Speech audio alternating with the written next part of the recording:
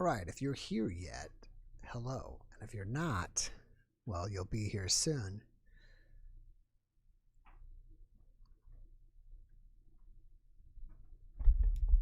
And it just takes me a minute to get set up.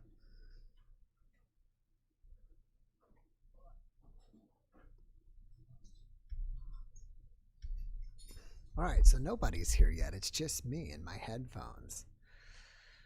But I am live, so while I am alone, I will help get things set up here.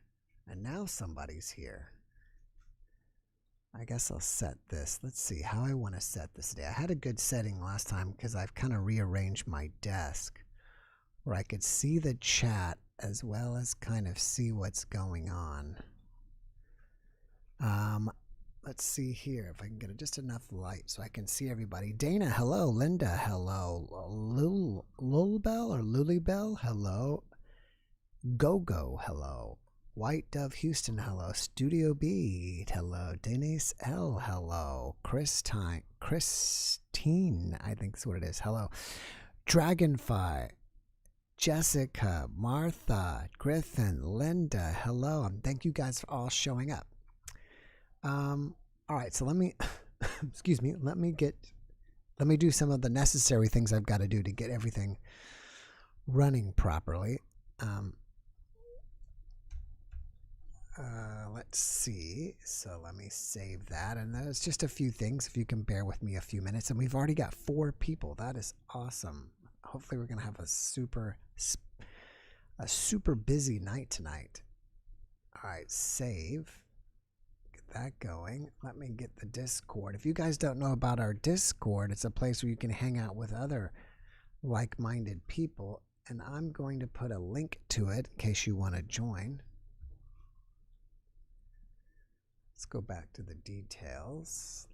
And where is my Discord? There it is. And let's do this. All right, invite people. So let me get that. All right, I got that. So let's put this here.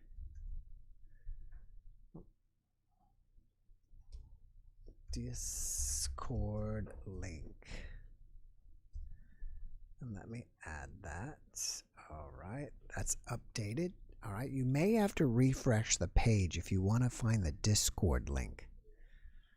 But it's there for you. And maybe I'll put it in the chat as well. I don't know. We'll see. I can always put it back later. So let me set it up as we're on our live stream live. And thank you guys so much for waiting around for this.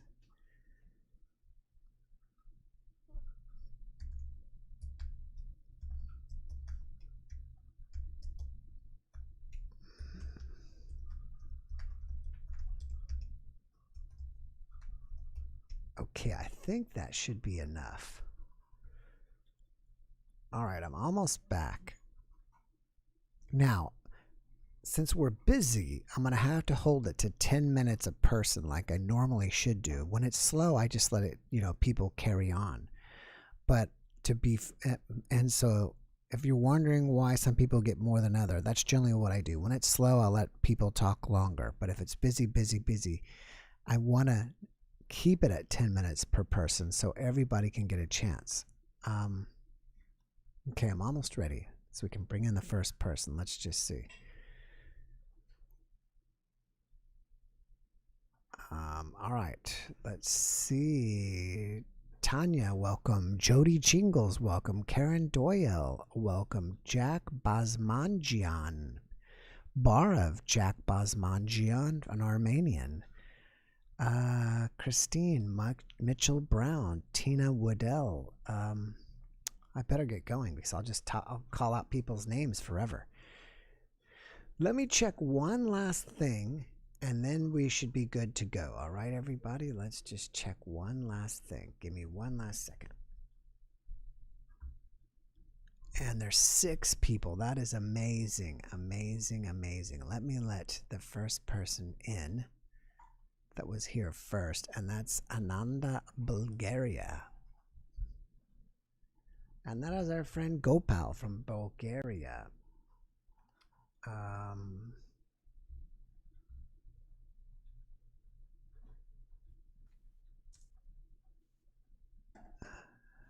Hello, can you hear me? Yes, can you hear me, Jeff? All right, I can hear you. Great, great, great. I was just checking something real quick. It takes me a few minutes to set up everything All right. because I can't set up everything until I turn it on live. So I've just got to get that, minute It, going here. But now I'm good to go. And welcome so you back, don't. everybody. This is Gopal from Bulgaria. He is kind enough to stay up till 2 or 3 in the morning to hang out with us. So we appreciate you. Thank you so much. I Uh, appreciate you. You're mhm. doing a great job. Thank Yes. you, thank you. So what's going on? We didn't get, you kind of come back every week because I limit everybody on time. You were going to share Well, something last time, but we ran out of time. Was it a UFO story or what? yeah, I have always have stories, but All right. before I do, I just finished today several hours ago. We talked with Sharon Milliman, so I Oh, had an interview. Sharon. Yeah. Oh, yeah, she's a lovely woman. Great. Did you make a podcast with her or what? Yes, yes, I did for the Bulgarian audience, and then we talked for. So we did for 1 hour, and then we stopped the live, and we talked for 2 hours Oh, ourselves. So that it was great. It was like we knew each other for a long time, and this r- is maybe true because when you meet somebody and you connect with them, just so you know, if you mhm. connect very easily, that means that you have had something with them, like past lifetimes. You are very close from before. So Mm. this is in the yoga teachings. Actually, it's said. That's a great question. Is did you know Sharon in Bulgaria or you in America in the last life? Well, we cannot know that. Yeah, we can only speculate. But it's very interesting because I have been in many parts of the world, Mm. mainly in Europe, and whenever I go, people think that I am native from there, so they start to talk to me in their language. If I go to Italy, they ask me, "Are you from Sardinia or something?" From that part. I say, "No, I'm not Italian." If I go Mhm. to Spain, "Are you from Mallorca or something?" Wow. And then yeah, and it's like when you embrace the human race like your brother and close to everyone, when you love everyone, people don't notice that you are from some other part of they embrace you like their own. It's like the energy is very close, and Mm. the vibrations, it's harmonized. So that's you know That I that's mean, I agree with you on that. I totally agree with you on that. And so are you from Texas? uh, I'm just kidding. maybe I have been in Texas in some past life because Yeah. I speak Spanish Oh, perfect. perfectly, and I in Texas is actually Texas is a Spanish word, All like right. Texas. Yeah. Right, right, So right. And I live in San Antonio. I'm about 2 hours north of Mexico, yeah. and we have the majority of the people actually are Hispanic where I live, Yeah. and gosh, 50% of the people, I don't know the number, would speak Spanish. I mean, most people here, even I can speak somewhat, broken Spanish. So I think that But even where I live, that's why I don't really have a Southern accent. And actually, people where we live don't have this Texas Southern it, accent because most people, it's Spanish speaking here, absolutely, or I'll tell you sorry, yeah, go ahead. or Spanglish, half Yes, Spanish, fine. English. I'll tell you a very funny story. Maybe we won't have time for the other one, but Okay. when I was in the beginning in Spain, when I went in Spain, I was 20 years old. So I remember I was because I have a friend who went to United States to live there. This Hmm. is in 1998. I was 21 then. So I get the phone. I call him in the United States. I don't know English. I know Spanish because I didn't know English then. So I call this number, and a lady says "sí" in Spanish, and I say in Spanish, sorry, I it got confused because it should be in English somebody, and she said okay, and then we I closed the phone. Then again, I called the same number. I said hello, and they said and they talked to me in Spanish, and I started to talk to her in Spanish. I said, no, I'm trying to call the United States. I don't know why I keep calling again Spain. She said, this is the United States. Yeah. But we are talking in Spanish, perfect Spanish. I said, but why are you talking in Spanish? She said, this is a Mexican restaurant. Oh, that's And I great. don't know, and I don't know how I called actually a Mexican restaurant in the United States, and I thought this is Spain, and it was very funny, very confusing. I don't know why. This is very curious, you know. And Yeah, I think I don't know about a lot of places where we live here. It's like press 1 for English, press 2 for Spanish. yeah, yeah. Well, this is like in the yoga teaching. It is said that we are living now in Dwapara Yuga, which is the age of energy, where people will more and more be like the world will globalize, and all nations will little by little they will merge as one big nation, and everything will be mixed together. It Right. will not be so separate by so strongly separate like the Iron Age, which is Kali Yuga, which was everything was separate more by race, religion, creed, and everything, and was rules were rigid, and people were very materialistic. Now it is opening more and more, and this cannot be stopped. It will be in the future. The humanity will live as one big race, because we continue ascending in these as they called yugas, but actually they are ages. This cycle continues in 24,000 years cycle, and we are actually in an ascending age, Dwapara Yuga, which is the age of energy. That's why now it's more and more are discovering like atomic energy. Recently they discovered, recently I'm saying like in the last 100 years, everything is energy, but the yogis actually, they say this from thousands of years. If you read the Vedas, you will see that these teachings are being described there from 7 to 10,000 years ago, because these cycles, they continue on, and actually we are on a ascending age. That's why more people like you are gathering like NDEs and yoga teachings. They are expanding more and more and more, and it will be more and more in the future. So Hey, I used to study Raja Yoga a long time ago. I don't know if you've heard of Raja Yoga. It's kind of more, it's not really a exercise yoga. It's more of a meditation and way of life, but it reminds me of them because they believed in like 4 yeah, ages, the Iron Age, the Gold, the Silver, and I think it maybe was the Copper. And 1 second, Jazz Mac, thank you so much for giving that super thanks donation. Thank you. Is yours the same way? Gold, silver, copper, and bronze yes. or iron or something like that? And we're getting close to coming back to gold again, right? So no, I am teaching this Raja Yoga and Kriya Yoga. So Oh, you're doing you're Raja Yoga? yes, of course. So Yeah, Raja Brahman, are Yoga. you a Brahman Kumari? Is that Well, the type of this Raja Yoga, Brahman Kumaris? Brahmin means this is the Brahmin caste, which are the 4 caste system. You're talking about the caste system. There are 4 castes in the society. All societies are comprised with these 4 castes. It's Shudra, Vaishya, Kshatriya, and Brahmins. Shudra are people who are the working class, but it doesn't mean that this class is one class is worse or better than the other. It means Right. that you, in this time of your advancement on the spiritual path, you are there at this time.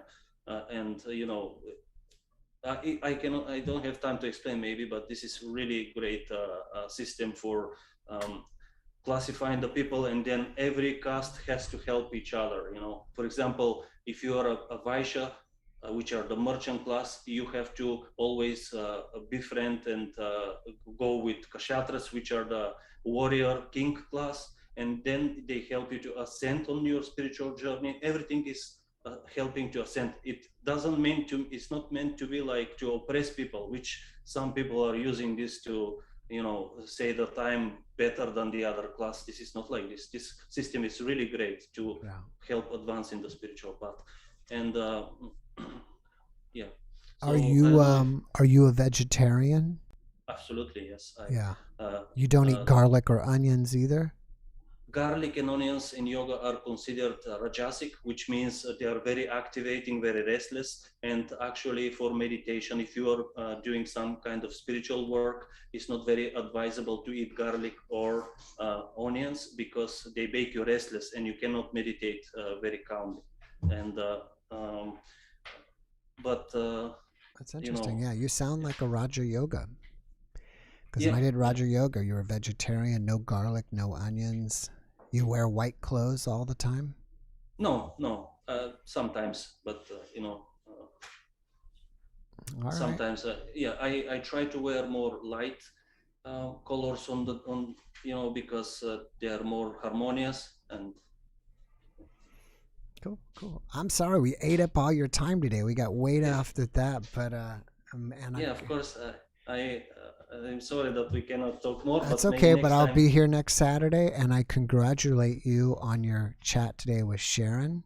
What is your, where are Yeah, you going to be posting this? So if anybody wants to watch it, it's my channel is Ananda Bulgaria, um, okay, Ananda Bulgaria, okay, and it's already posted there because I make it live and it's automatically posted there. And I told her about you. I said about JeffMara. She said, oh, I love Jeff, and mm. she was so excited to hear about you. And she sent you regards, Oh well, and thank you. If you send her you're mine very as well, if welcome. you talk to her again. So guys, after my live stream, you can go to Ananda And Bulgaria yeah, channel and check out the podcast he did with Sharon Milliman. She's been struck by lightning at least 3 times, yes, and yes. she's had some fascinating stories about that and about encountering Jesus as well. Yes, yes. And we were going to make another. We talked. I talked to her, and she agreed to make with me another broadcasts. And we are friends now, so we are always connecting regularly. We'll be connecting with her talk. And Awesome. Awesome. thank you so much, All right, Jeff. bud. And Thanks for stopping by, Gopal. Take care of namaste. yourself. Namaste. Take care. Bye bye. Bye bye. All right. Now the problem is, who is next? Who is my next person? And also, um, I'm guessing I'm just gonna take a start from the top. AK and let AK in. So again, thank you, Jazzmac, for that super thanks donation. I really appreciate you. We're up to 173 people. That is awesome.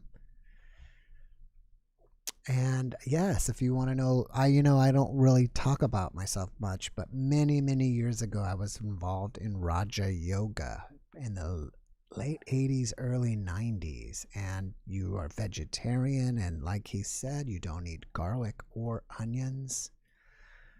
And there's more stuff about that.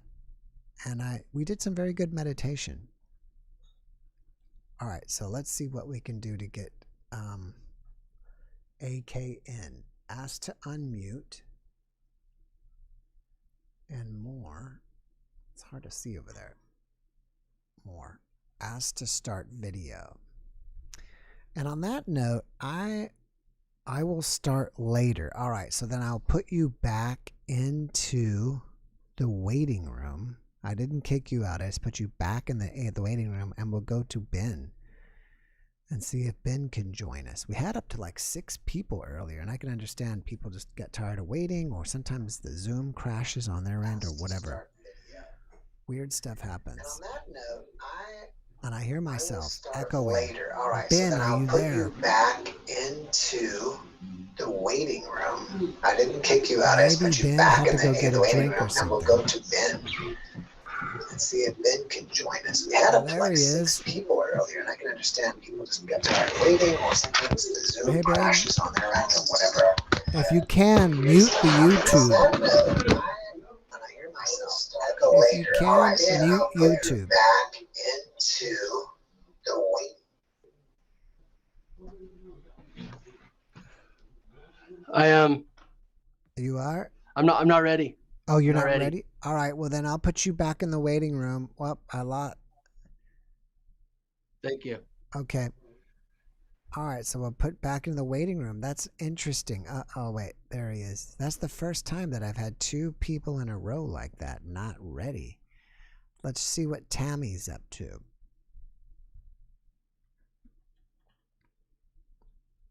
and we'll go from there.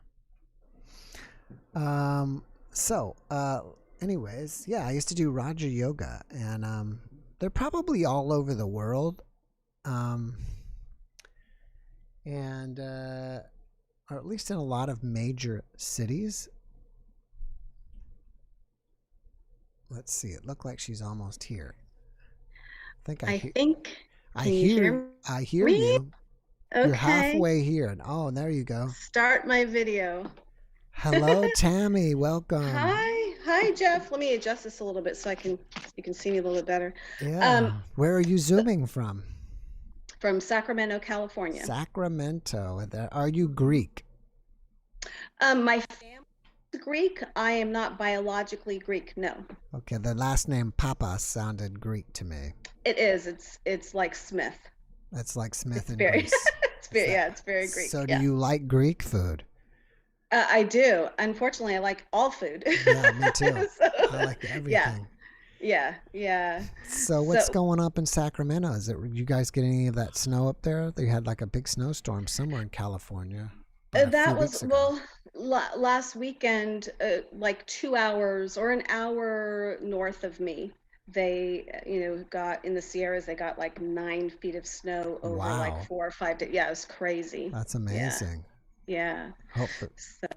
Hopefully that'll kind of trickle down to you, and you'll get some of that water.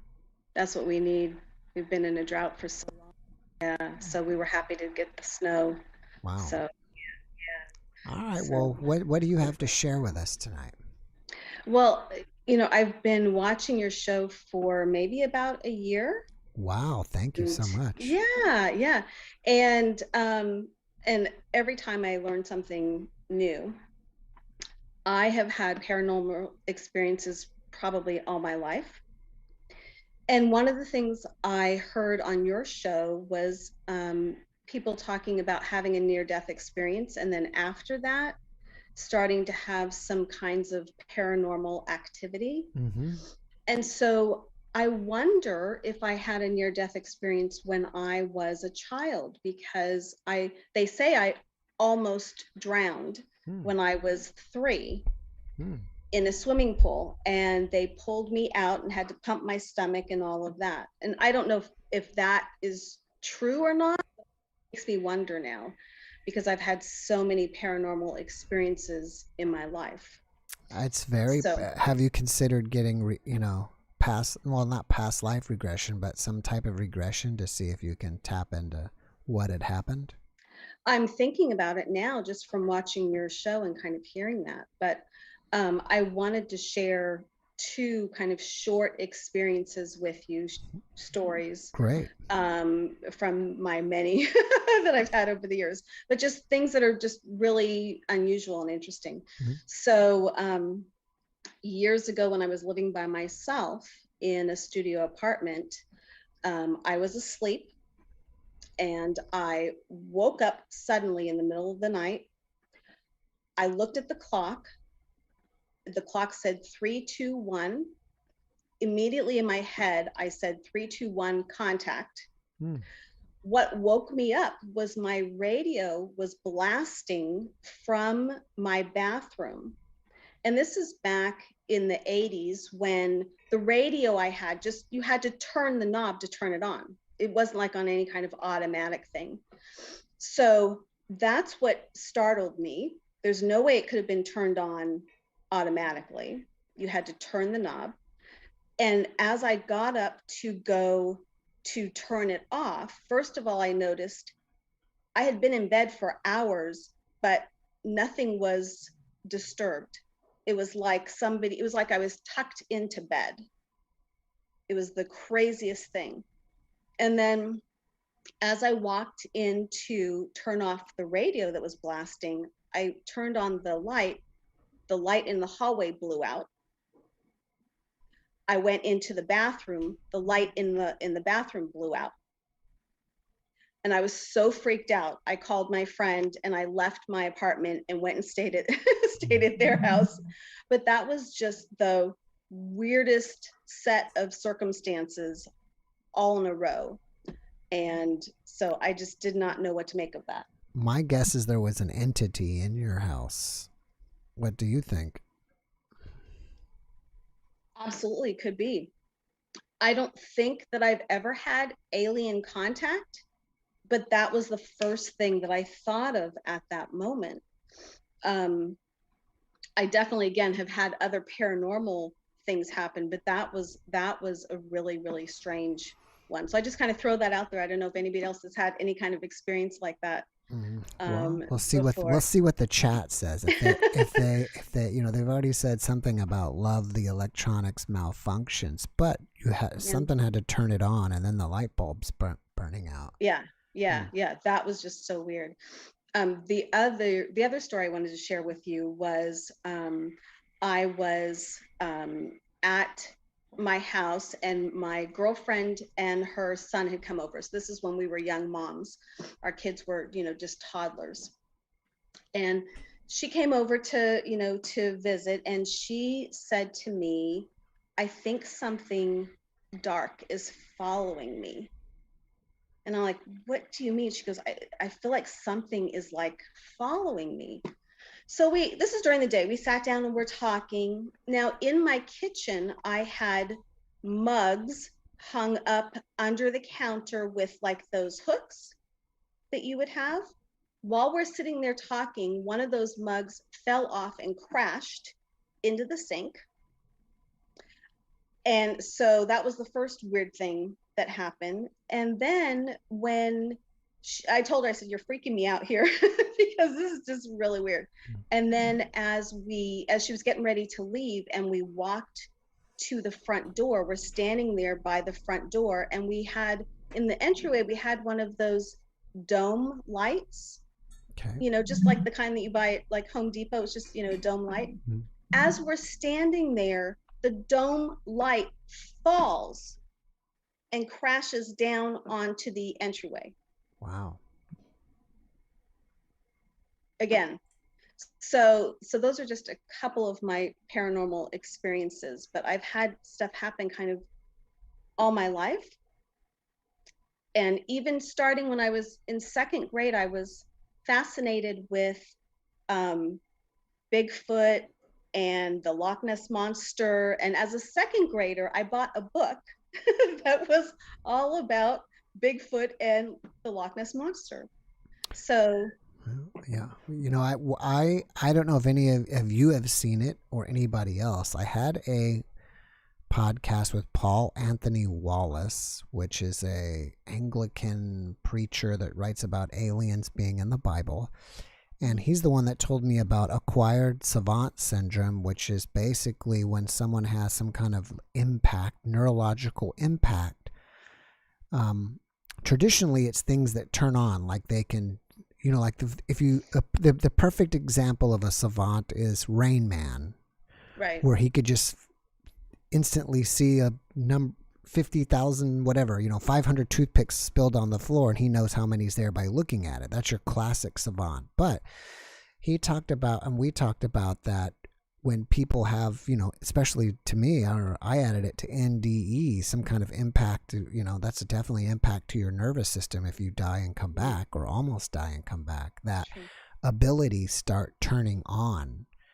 And, and so it would make perfect sense to me that maybe you had something, why would your family make up a story that you almost drowned? So you could have, you don't remember any of that experience, but maybe something turned on for you, and that's why you've had a life full of these paranormal activities.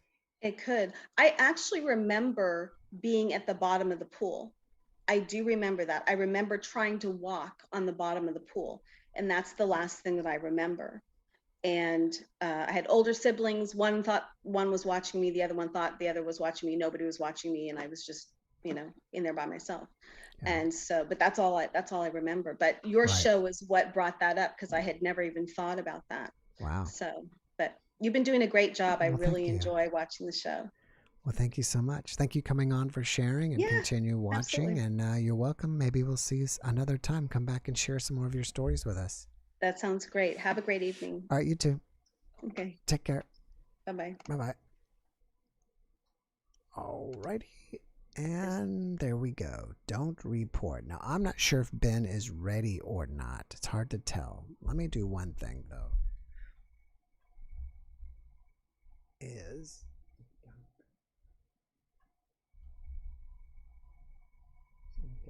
Do you think you could make me a coffee?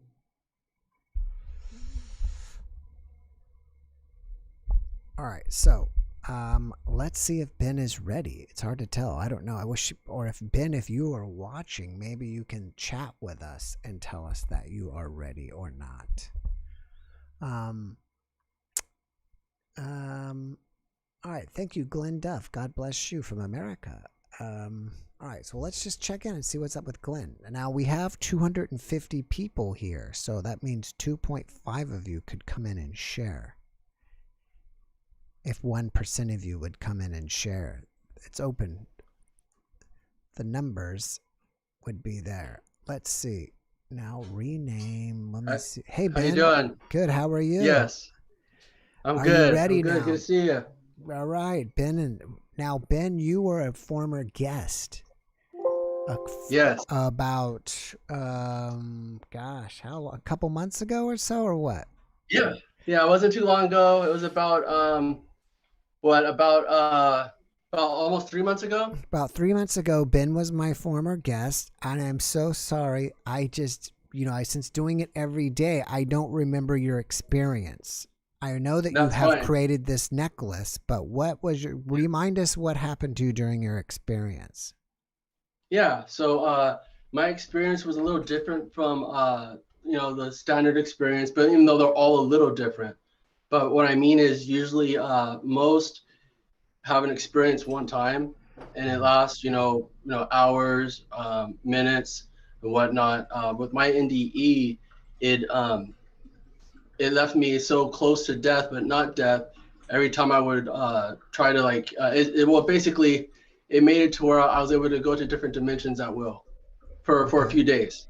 So, and that's what my book's about, Land of Souls. It's talking about, my trips to these different dimensions. Mm-hmm. And then I was on a strict diet. And so I was on a no meat diet during those days because of my NDE. It had to do with asthma. So my oxygen levels were at about 67%. So I couldn't breathe on my own. I was literally dying, literally. And so they had to sedate me to put a tube down my throat to breathe for me for 4 days. So I was sedated for 4 days until my oxygen levels got up to where I could breathe again. And after the 4th day, they took me off sedation. I was at about 91, 92%. And when they took the tube out of my throat, it tore my esophagus. And so I couldn't breathe. And then I didn't eat for a while. So I was weak. I had to learn to talk again. My throat was tore up. I didn't even know if I would be able to talk again the same. And I had to learn to walk again and all that stuff. But during that time, every time I would go to sleep, I would able to shift to these different dimensions and then come back. And then I was able to do that until my esophagus was healed up enough to where I could eat meat again. So that day I went to Burger King, I ate some meat, mm-hmm. And I felt the difference right away. There was something like, as soon as not when I was chewing it, but as soon as I swallowed it, something happened. Like I felt it. I was like, and then that night I wasn't able to do it anymore. I lost the ability, but I got the experience, thoroughly. So I was okay with not being able to do it. All right. For those of you that are curious, I looked it up while he was talking. He is podcast number 332. And the title is He Was Being Pulled into the Void During His Near-Death Experience. And I think what I can remember is it was pulling you in, like sucking you in, and you were trying to avoid being pulled in. Was that it? Yes, sir. That's exactly it. And this is prior to my near-death experience, because this is why I was near death. I was a crystal meth smoking and selling drug dealer. Right. So I was living the life, and I have bad asthma. I was born with it. So I started getting up to this last year when the NDE happened. I was at that was my 7th asthma attack that year. Mm-hmm. But the life I was living, I knew wasn't for me. So they were asthma attacks, but they were triggered through anxiety. I was living the life, and I was supposed to live it. And I started like, my mind started going places and things didn't feel right. So I started having these anxiety attacks, but I have asthma. So they turned into asthma attacks. Wow. Yeah. And I think, well, I don't know about all drugs, but I think that I've read before that a side effect of marijuana is anxiety. Like if they listed in like the drug, gosh, what's that called? They have the thing where they have like every medication in it, and I don't know why, but I guess now it's marijuana's medical medication as well. But like, and they show every drug you can look up, and then you can look up the side effects. And I think a side effect of marijuana is anxiety. Oh, I believe it. Like when when I do smoke weed, it's smoking sativa. It's like it's so like you get an upper. You know what I mean? So when you smoke weed, you're supposed to like bring you down, but that brings you up. And then like a couple of times it was late night, and this is like years ago now. But yeah, I smoked a sativa, and I was like, no, this isn't right. So yeah, it gives you anxiety. It's like my heart's racing, and so it should be calming down. But yeah, you're right, definitely. So what's been new with you in the last 3 months? Right, exactly, right. So as far as what's been new with me, the spindent's out. It's good to go. Mm-hmm. It's I'm on welfare. I'm not gonna hide it. But I still live a very rich life. I thank God for. But I used all my money to get it out. The prototype and the molding for it. So it's out, and I have a GoFundMe up. So, but like I don't know if you remember or not. Even though it's out, I still have never shared how to play the game at all. And that's what I want to do today on your podcast, if you would allow it. Sure. Okay. So from the last time we were there, Benjamin was developing this pendant that looks like it's hanging from his necklace, right? Yeah. Maybe you can show us one up close. This is something he was working on. He was something he designed, and you said it's also a game or something. So tell us about it. Yes, it's a game for spiritual development. Mm-hmm. So it has like a spinning cross on the inside? Yes, sir. It's a pendant that spins. So I call it a spindent. Okay. And it's spindent, and it's made it's a cool little trinket, and it's a nice cage. It's pretty nifty, and but the whole aspect of it, the whole point was to make it, the whole thought with it period was something to help people. I mean, the world is not based off of spirituality. It's based on taking you away from it. And everything we do from the time we wake up to the time we go to bed takes you away from spirituality. Mm-hmm. Literally. I mean, you have to be so close to death to have a near-death experience to be able to see the truth, to be able to be unplugged from the matrix. You know what I mean? But not everybody could go to near-death extremes, because some people go so near death they do die. Mm-hmm. So so what could you do? What could we do to and I was this was after my near-death experience, and it in the way it came to me, in a weird way. And with that, I've been living a weird life ever since. Mm-hmm. And so, after this, when I explain how to play the game for the first time, I could hopefully, I won't be as strange to some people. So I did invite some people here today for this. All right. Well, tell us how to play the game. Right. Well, before that, I did want to say that the reason I did want it to be live, because when we talked during the 332 video, I couldn't really explain it entirely like I can now. So the reason it needed to be live is because, people say, oh, yeah, the absolute living God, oh, I believe in the absolute living God. But what does that mean? And how, and in essence, if it's the absolute living God, then it's when it's live. It's now, it's right here, and as long as you're live, then you are in the presence of the living God, and this, you interview indie ears all the time. We always talk about manifestation. How can we manifest? And we talk about manifestation so much because that's exactly what happened to us as indie ears. Whether you're looking at your body from down here, then you're manifested up there. Or you travel places, then your body, you manifested as somewhere else, and then you manifested back. It's a word that's triggered with us from our NDEs. And before I fully wanted to manifest the spindent into this line of souls, I wanted to make sure, get his permission. Like, is it okay? Well, let me do it live. Let me, once it's fully once I have the game out in detail, it's here. You know what I mean? It's here for people to say, hey, I'm interested in it, or for people to try to take it and twist it and manipulate it, And so I wanted to make sure it stays safe until it was ready, and it seems like it's ready. So, the time is now. All right, let's check it out. All right, so with it. Oh, and last thing. Sorry, because since you don't follow me, I've been kind of like doing posts in regards to today, and I messed up on a lot of the posts. I didn't start getting it right until Thursday, but I've been doing posts since Sunday. Mm-hmm. And in the post, I was saying like, my God, like, oh my God, my God this, my God that, and in a way I got a slap on the hand for it, because to say my God sounds vain, it sounds entitled, and it sounds standoffish, and if when it comes to the God that I feel I represent, he's the opposite of all that. And so I kind of like was like kind of, but I was doing it to protect you. I mean, like, this is my God. Like, I don't know about you. No, this is my God. So I wasn't trying to say it like I was trying to be vain. It was just, but if he is the God, he doesn't need that type of protection, especially from me. You know what I mean? And so with that, it's like, no, he's the higher power, and he's not mine. He's everyone's. And with that, it gave me a little humility, but also with that, I'm not going to, in a sense, I won't be personally me as Ben. I will not really be doing this presentation. When I explain the spindent, it's going to be what I got from the spindent from the time of after my NDE up until now. All right. I mean, everything is just based off of me praying. Okay, Lord. Yes, Lord. How, Lord? Are you sure, Lord? Are you sure, Lord? Yes, Lord. Sorry, Lord. Okay, Lord. Yes, Lord. Are you sure, Lord? It brought me here. So that's all I'm going to do. And with that, once I get out what led me here, then I'm going to say something.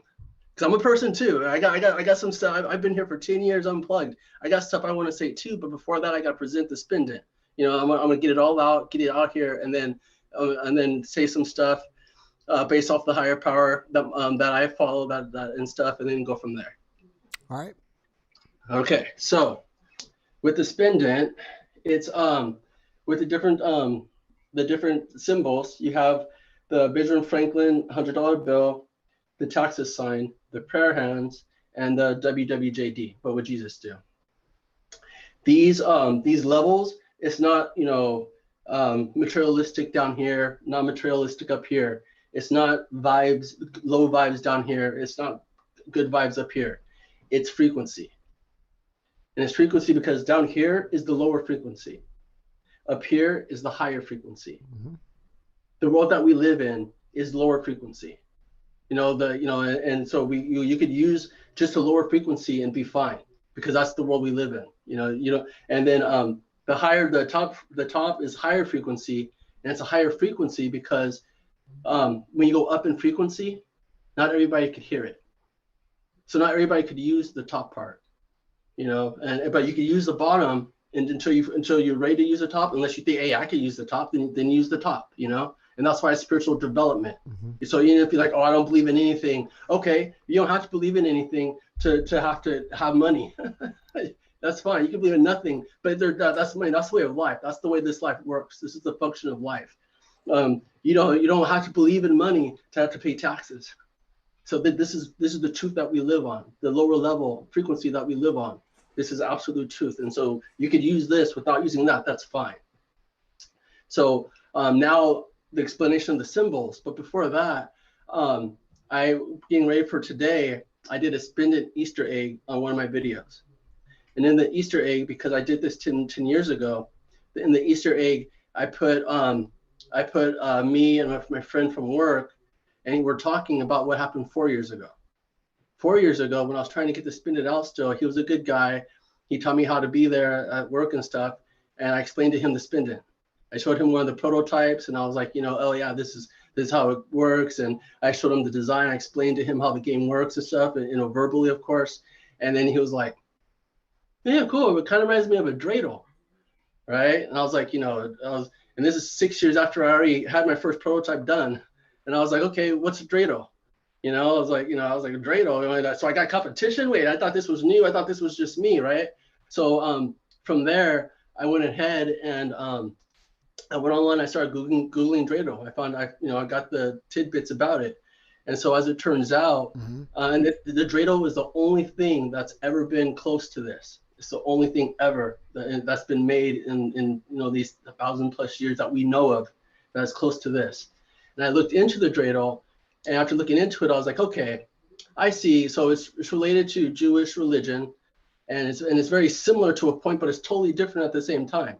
And what they did was back in those days for the dreidel, they had to.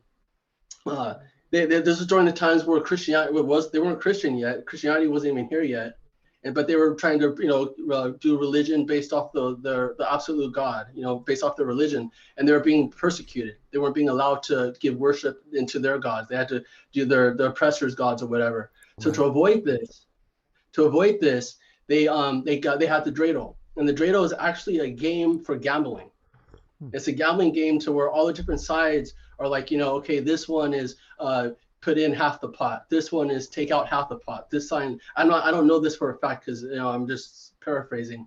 And so what happened is when the oppressors were coming, to see what they were doing, like, oh, wow, we're just playing this game. Don't mind us. We're just playing with the dreidel. They'll come to watch, and since it's a real game, they would really play, and then they would leave, and then they would they'd get back to worship. Back to the worship. Let me stop you here because I try to give everybody 10 minutes and we're way past it. So if you could just get right, I don't mean to be rude or mean, but I just want to give everybody else a chance to share as well. So I just have to get you right on to telling us how to play the game with your spindent. Okay, right to the game. So with that, as far as the game, back to the game, the $100 bill is a misinformation. It's not exactly true, because when I was told how to do the spindent, I wasn't told to get the $100 bill. I was told to get Benjamin Franklin. So what you're seeing isn't the $100 bill, it's Benjamin Franklin. And so, but I put the 100 because you know who Benjamin Franklin is. And so when it comes to the signs, the first sign is money, power, and fortune.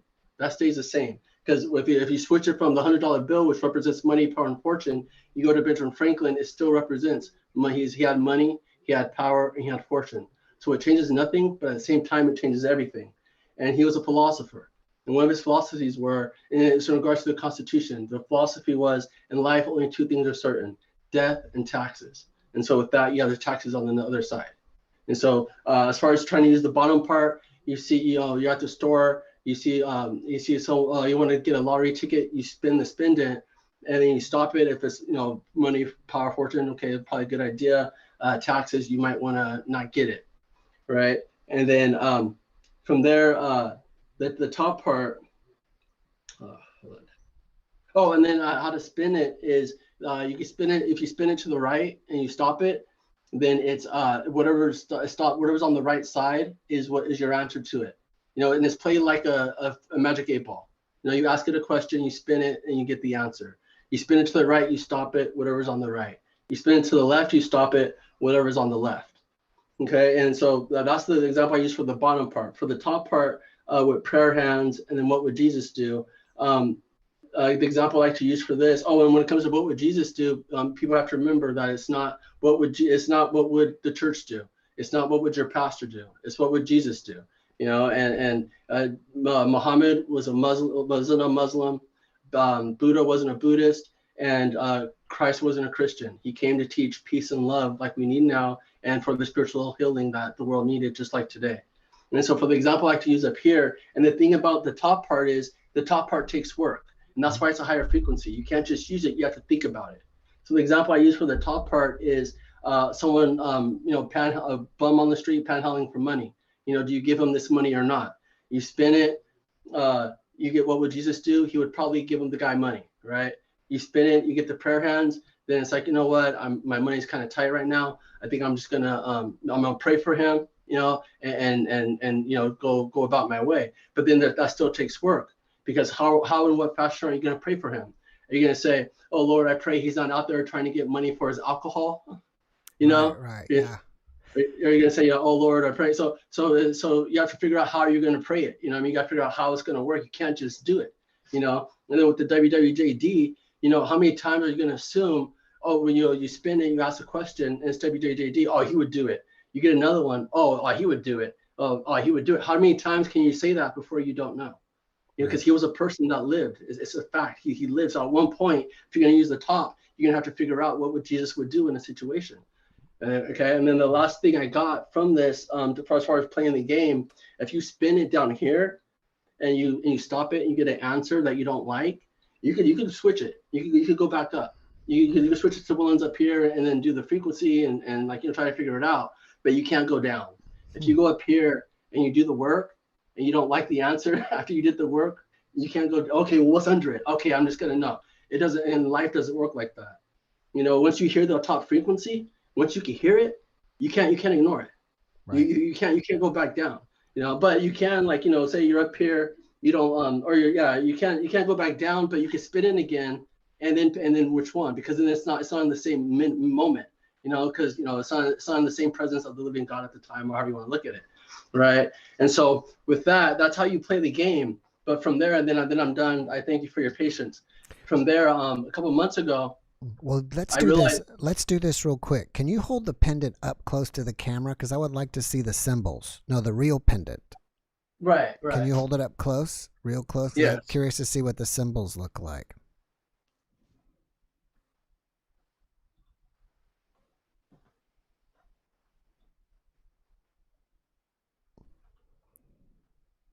Okay, and then if you spin it to the other side, are there symbols on the other side? Yes. Okay, cool. You've done a good job making that. No, you have a YouTube channel where you explain it in full detail. I will, and because after this it's out. After this it's known. So I will absolutely have one before the week's over. But what I do want to say though, and this is after this I'm done. It's just in regards to the final pieces that brought the whole spin together. So, you know, a couple months ago, I was like, okay, this is happening. You know, it's going to happen today, January 15th. So let me make sure I got my my T's crossed and my I's dotted. So I did more research on, you know, what other things are out there like this, you know, and then when I looked, once again, only the Dreidel came out. So I'm like, okay, only, and remember I said, it's not $100 bill, it's Benjamin Franklin. And I was like, okay. So it's Dreidel again. Okay, well, if this is the only one I got that's in competition, let me find out more about it. So I went ahead and did a deeper research on the Dreidel. And then when I did a deeper research on the Dreidel, guess what it said?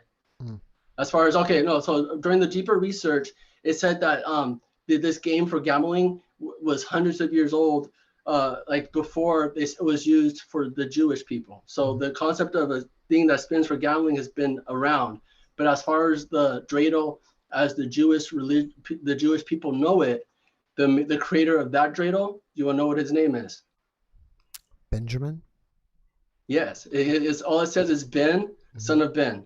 That's cool. All it says.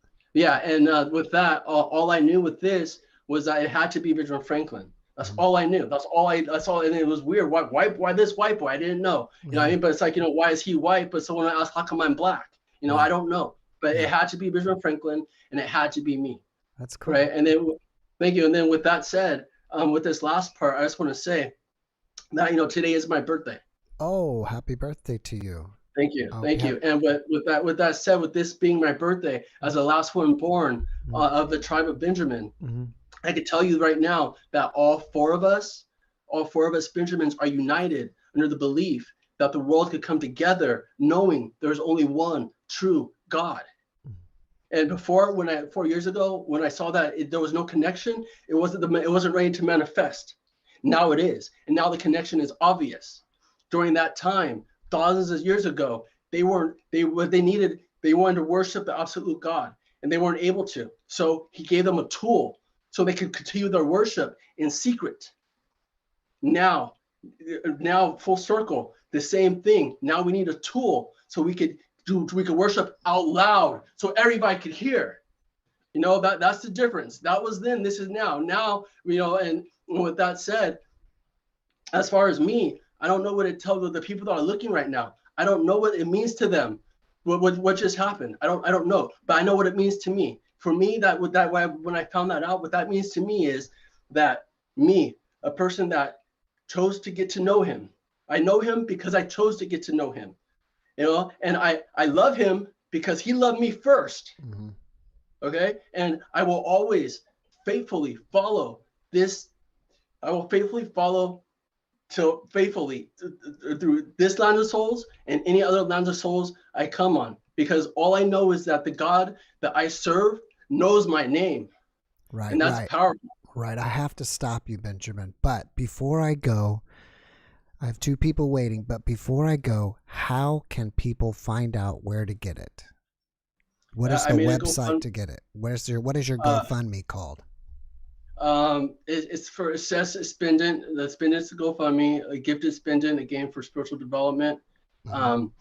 And I know I used a lot of your time. I appreciate you for that. But yeah, it's you put Spindent on the GoFundMe, you should be able to find it. And you know, something like this, if you want to help, it won't be hard to find. All right, it's the GoFundMe is called Spindent.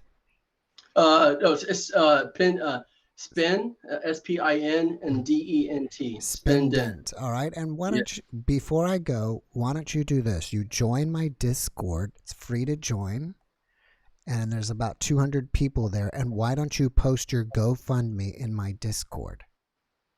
You got it. You got a link there in my Discord. And if for anybody else who haven't joined my Discord, it's a great place to meet other people and you can chat there, video chat, post jokes, videos, whatever. Once you get your free Discord account, if you look in my description of the video tonight, there's a link and you can sign up and post your link to your GoFundMe, and then send me a link and I'll post it on my Facebook page for you. Thank you. I so appreciate that. Yeah. All right, bud. It was good catching up with you again. I wish you massive success with your Spindent. Amen. Thank you, brother. All right. Take care. Don't report. All right. So Stephen Cake has been here a long time, and I appreciate Stephen Cake. And if you don't know Stephen Cake is our most dedicated contributor to the podcast on Saturday nights, because I don't think he's ever missed one, and hopefully he never will. So let's see, let's see, is he going to be juggling today, hanging out, or playing guitar? That's our three choices. I'm trying to prophesize. He's hanging out. I don't know if you caught me. Uh-oh. Oh, you do have a guitar, do you? Yeah. I don't know if you caught It's a kid's guitar. Give me 1 second. I dropped my computer mouse. I don't know if you heard me, but I said I'm gonna guess, is he going to be juggling, playing guitar, or just hanging out? And I got it, playing guitar. So what is new with you, Stephen? Paul McCartney gave me this one. He did. Oh, it's always a horrible thing. And well, don't like, sing it. Don't sing any. You're getting beat up and robbed, and okay. Yeah, the police will say you have no evidence and they won't show up. But if I called a prayer hotline. A prayer what? And I told them about my problems, and they had the police show up. You called a prayer? Your camera is very slow tonight. But you were saying that you called a prayer. You called a prayer hotline, and they sent the police over.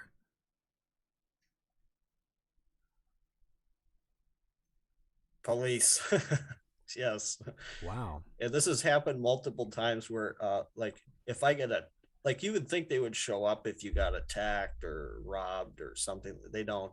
But if someone says, we think he's sad, they'll show up for that. Oh, really? That's interesting. My internet must be really bad. If you are you need to move closer to your modem router. You're a little delayed more than you usually are. Well, I'm in a group home with 30 people on one internet, so sometimes it works okay. Maybe what you need to do is say, everybody, I'm going live, sign out for 10 minutes. Just everybody sign out. Do me a favor. And then get back in. Yeah, I play a game called Diablo 3, and I took some compilation of how bad it is to play.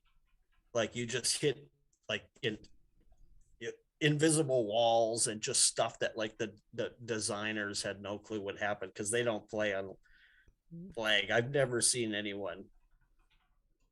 Never. But let me tell you something, folks. We got the best show. We got the greatest show. We got the biggest guy, biggest show in the world right here, folks, don't we? Best place in the world. So what I ended up doing juggling and entertaining the police. Oh, really? What did they what did they say? They show up a lot here because they're like well, they're all different. One guy's nice, you know, but it's kind of funny because like most of them enjoy it if you do some trick for them or something. Well, you know, I did Liam Neeson last time, but Liam Neeson's getting older, and soon he's gonna be like, "Have you seen? Where's my doctor? I'm sick. Where's my doctor? I've got a certain set of ailments that are giving me a hard time." we need to. Your best is Paul, from what I've heard, but I don't know who you. What about? Can you do Al Pacino?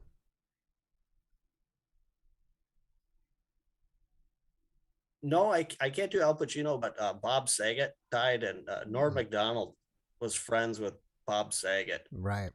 He's like, hey, bet a 65-year-old comedian is gonna die. It'd be terrible. What, H? Another comedian dead. Well, that's right, because Norm Macdonald died recently. Yeah, too. we're losing all these comedians. It's like I think you're just losing people in general. Yeah, we're losing people. So we didn't get anybody to show up this week. Darn. I asked, did we say a time? I think we did say 8:00. We are on time for you being here at 8:00. My friend's with me all the time. And we wanted to get a medium so we can have 3 of us on here, Stephen, and get the medium to talk to Stephen's companion, Monique, that's with him all the time, a disembodied entity.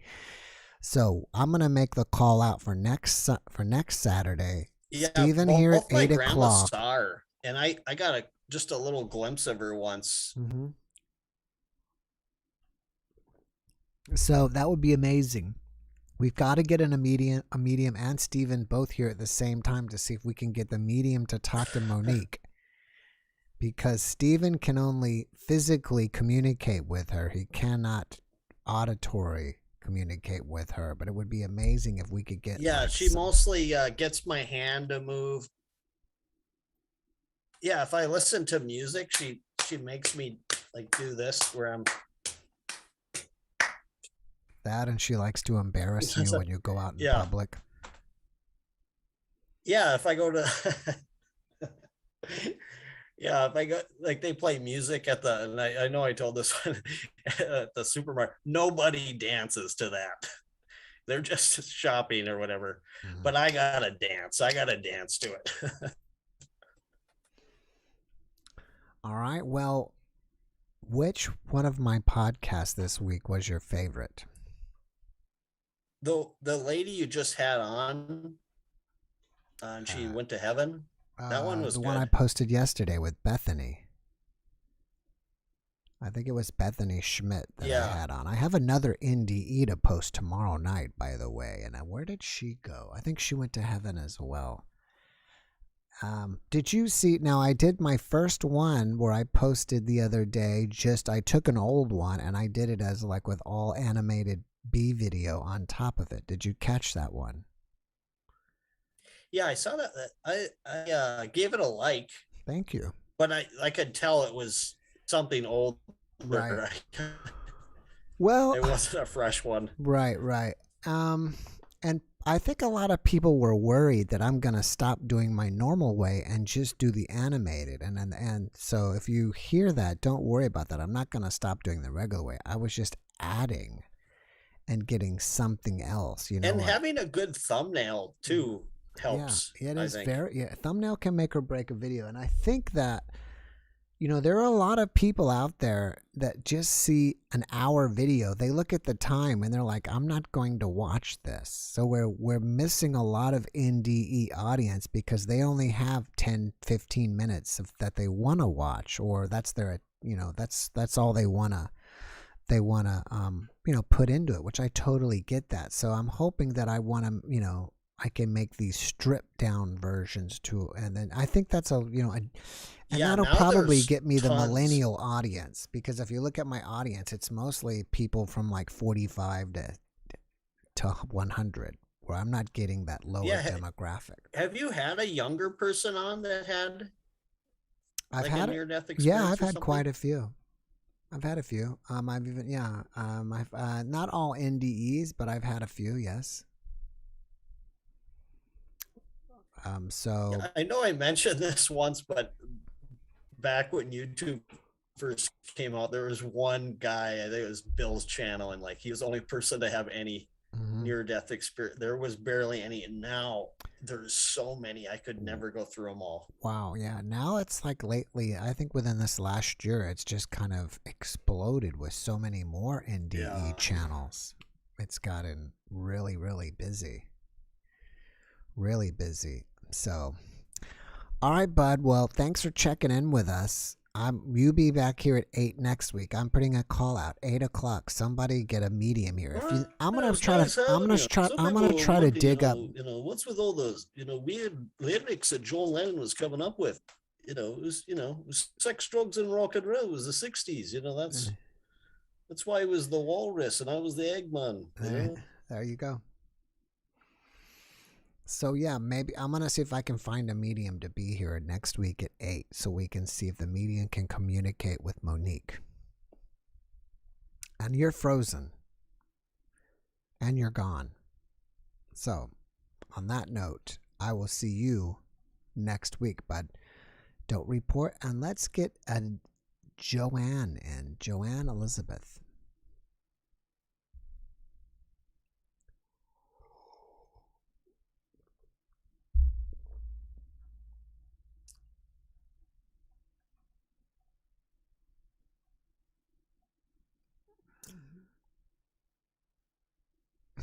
Let's see. Hopefully she'll be able to make it in. And there's still 200 people here. So that means that 2 people, I always go by 1% would be willing to share. And while we're waiting, I'm going to tell you about the coffee I'm drinking. And I'm not getting any, well, I guess I won't tell you about it. We'll talk about it later. Joanne's almost here.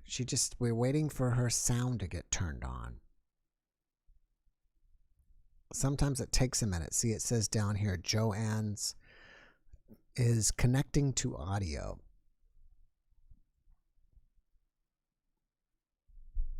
So she's almost here. Anyways, I drink every time I talk about the coffee, it's ready to go. I should just keep talking about coffee and then more people will show up. Joanne, can you hear me? Yes, I can hear you. How are you, Jeff? I'm great. How are you? Good. Yeah, it's really great to be talking to you. I listen to your channel regularly, and I just wanted to say how much I appreciate it. And I think, like, I haven't got any paranormal experiences myself, but growing up in a Christian, quite conservative Christian background, and by the way, I'm from Australia. I was going to ask if you're from there or New Zealand. I wasn't sure of the accent, but I was, was one or the other. Are you a Yes, Australia. are you a painter? No, my daughter did I that. see the painting. It's well done. For, She did a good yeah, job. yeah, I thought so too. So Lovely. you grew up in a strict Christian background, but now you're into all this Mm, paranormal stuff. Are you still mm. a strict Christian or no? No, no. A few things happened in my life, and Hmm. I really questioned it all. But I think when you're growing up with it at such a intense level, there's parts of that that you still probably unconsciously take on board, and a lot of that is related to certainly what I was taught was death was a punishment, Wow. and for being evil. So we're all evil, we all sin, and therefore we die. Mm-hmm. And the doctrine that we were taught was that you die, once you die, you stay there. And it was more about resurrection. So a lot of fear around that, a lot of fear around dying and Mm-hmm. what is the point of putting in all the effort and so on. But questioning that, searching through life to find, it never quite felt right. So being able to listen to some of the stories of the people that you've put on your channel just made a huge difference. It took away a lot of that fear of death, Oh, cool. and quite profound. And Mm-hmm. it just feels right, like it sort of fits that. Because I think a lot of it also relates so well to what's written in the Bible anyway. A lot about what people are experiencing, and so I just want to thank you. Appreciate that, and Well, I thank you and everybody else out there who is watching for watching, because without you guys, there would be no show, right? Because if no one watched, well, mm. it's like we need each other. So, how long have you been watching for? I reckon the start pretty From the much. very beginning. Yeah, probably watched all of them Oh, pretty wow. much. So, and what other ways have you personally changed after watching all these? Um, always good questions, Jeff. Um, I think it's probably I've started to become more aware really of um listening intuitively, and what can I start to sense things, can I start to sort of feel, um sort of focus more on what I'm feeling and what that tells me about anything, and even in terms of family that have passed away, completely doing like this completely different way of looking at it now, instead of thinking of them as being dead in the grave, non-existent, being able to actually start to think, well, maybe they are around, maybe they can be sort of felt, and some kind of comfort and encouragement might come from them, which is probably something a lot of people naturally do most of their life anyway. But for me, it's sort of never been that way. So being able to be a bit more in tune with that, I've really found some encouragement, and it just feels so right. Cool. So, Grandparents and things like that. what about this? All the videos that I've done on UFOs, do those feel right as well?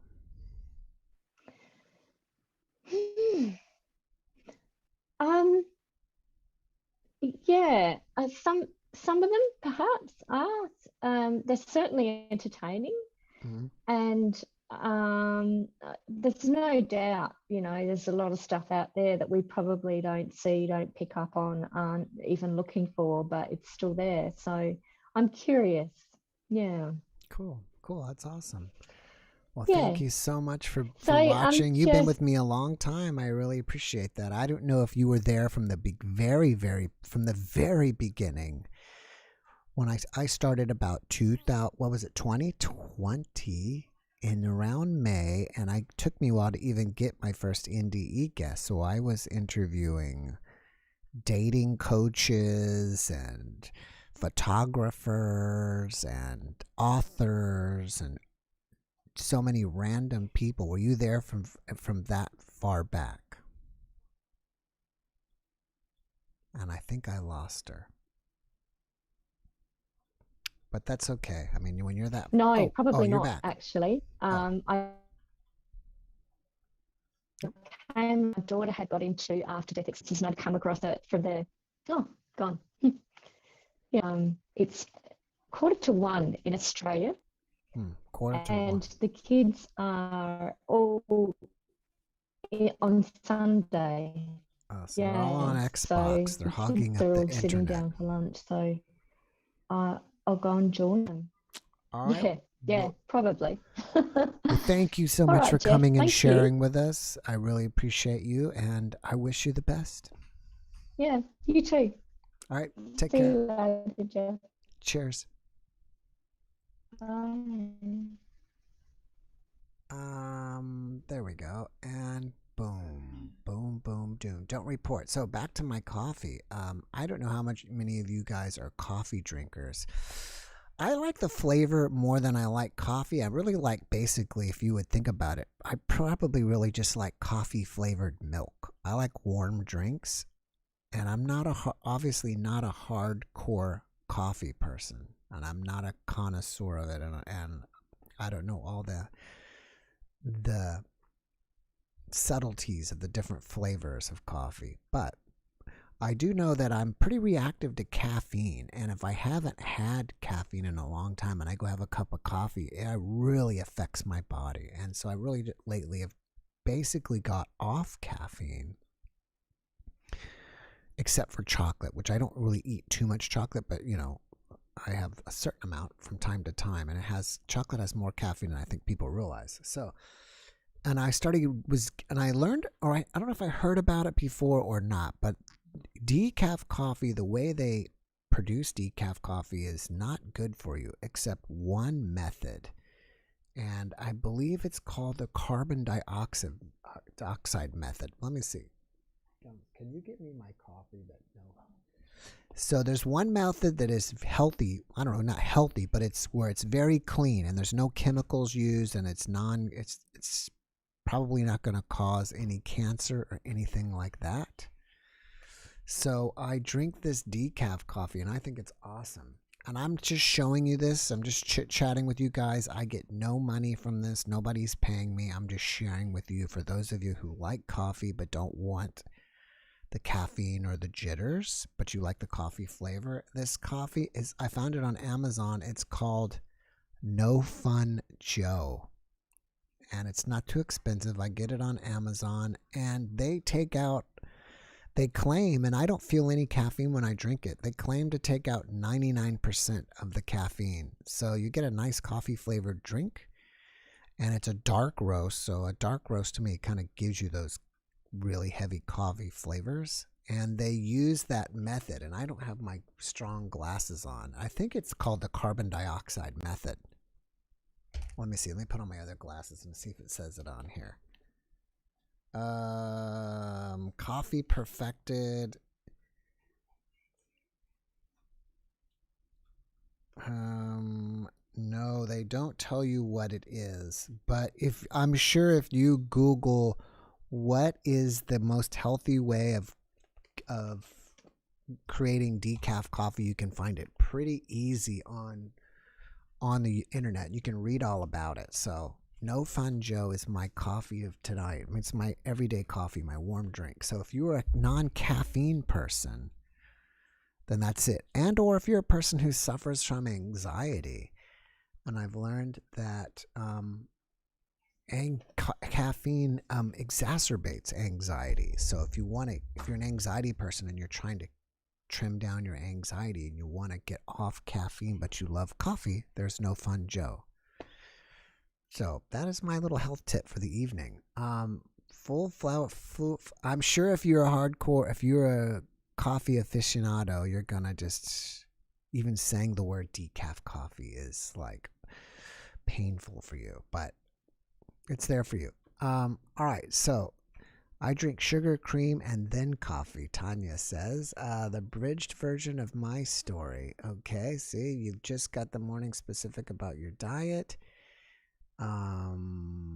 Jeff, great name. It is a great name. No Fun Joe. Oh yeah, and I also drink the tea too. I just found another tea because my wife makes very delicious chai latte tea. And again, I got off caffeine, and it's from a company called Arbor Teas, and that one's not on Amazon. I had to look up Arbor Teas. And so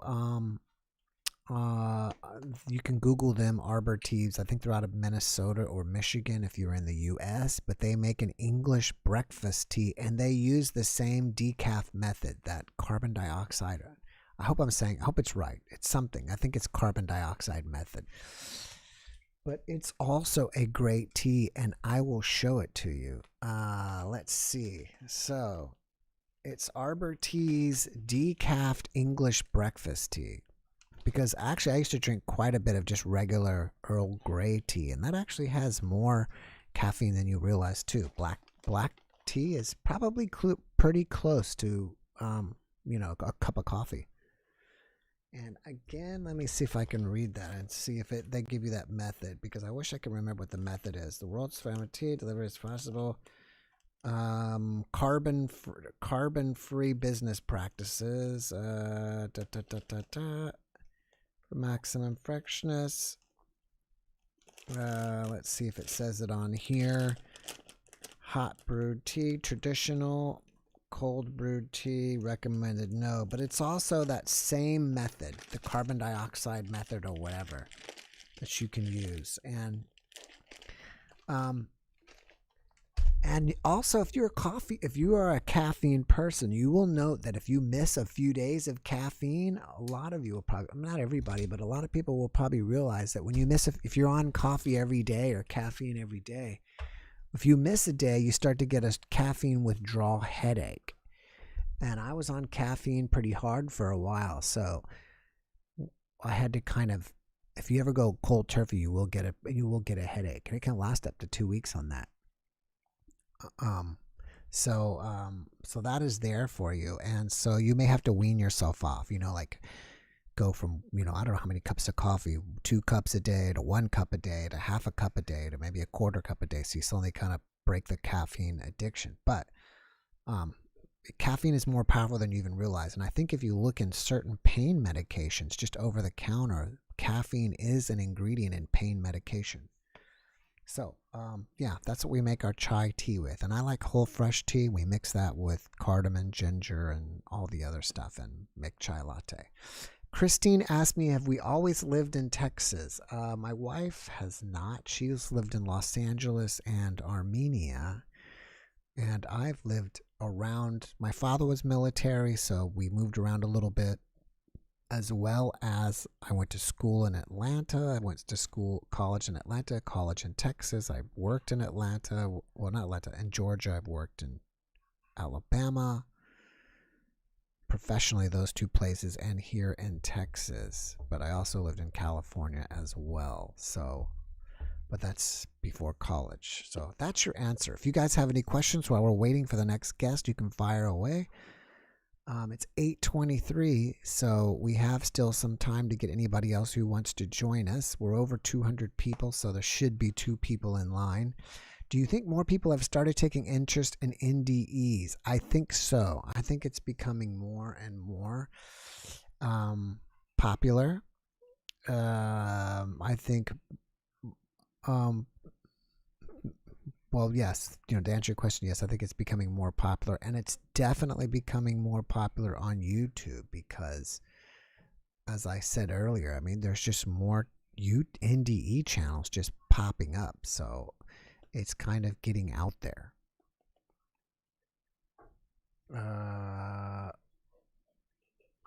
Let's see. Sky Call now. What was the bubbly tea lumps that you were drinking once? The bubble tea. It's also called boba tea. That's you are going to usually find that in like Asian places, and that's a tea with like little. I guess it's the little balls are made out of rice or tapioca, if that's the same thing, and they put these little jelly balls inside of a tea, and depending on where you are, I'm sure of any major city, you would probably find it if you just Google bubble. It's most of the time it's either going to be found under bubble tea or boba tea, BOBA. Boba tea or bubble tea. So there you go. And see, Surgical Toolbox RN gives you a little bit more about caffeine is a vasoconstrictor. Pain is inflammation. It helps to shrink inflammation. So she's there with me. And we got someone named A with the letter A. I think A has been here before, but I could be wrong.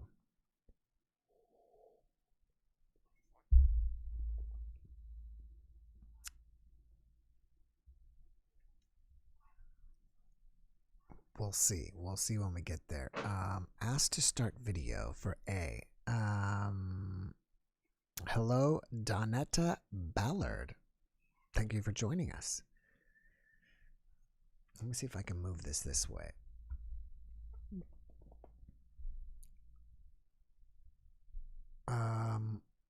Love bubble teas. Yes, bubble tea is awesome. You'll have to try to kill you when you drink it though fast with a straw. Yeah, when you drink it, you get these really big fat draws. Actually, at Costco, I don't know if you have Costco where you live, but now they put the bubbles, the gel balls or whatever, in ice cream. And at my Costco, there's like an ice cream bar, I guess kind of like a fudgesicle or a popsicle ice cream bar, and it's bubble ice cream, and you can see it's kind of like I think it's called bubble tea ice cream. It's kind of brown, like a tea looking, and you can see the little bubbles in there. So I thought about getting it, but I try to limit my sugar. I mean, I'm not hardcore, but I do try to like not eat too much desserts and too much sugar. And if something that may have had too much, like if a dessert has 4 or 8 grams, I'm like, okay, that's not too bad. I try to at least hold it to 4, which 4 grams is a 1 teaspoon of sugar. But if something has like 30 or 40 grams, it's like, no, we won't buy it because that's just too much. All right, so A is almost here. They're in here, but they just haven't started their camera or started their mic. I will start video later, all right? Well, we'll wait for you as we're chit-chatting. All right, so haven't had it yet, but it looks good. Strawberry shortcake. Trying to find why there are all these orbs in your apartment. Wow, if you could just... What'd be cool is if you could take some video of the orbs in your apartment with your cell phone and then post it in Discord so we could all see it. I think that would be really cool. Who was the person who said that? Suzanne, maybe you can do that. Make a video of your orbs and post it in Discord so we can all check it out. You had reishi mushroom tea mixed with rooibos recently. Sounds good. Sugar is wine for me. Am I a Virgo? No, I am a Gemini. How do I call in? Sky. Okay, so what you do is all you need is the Zoom.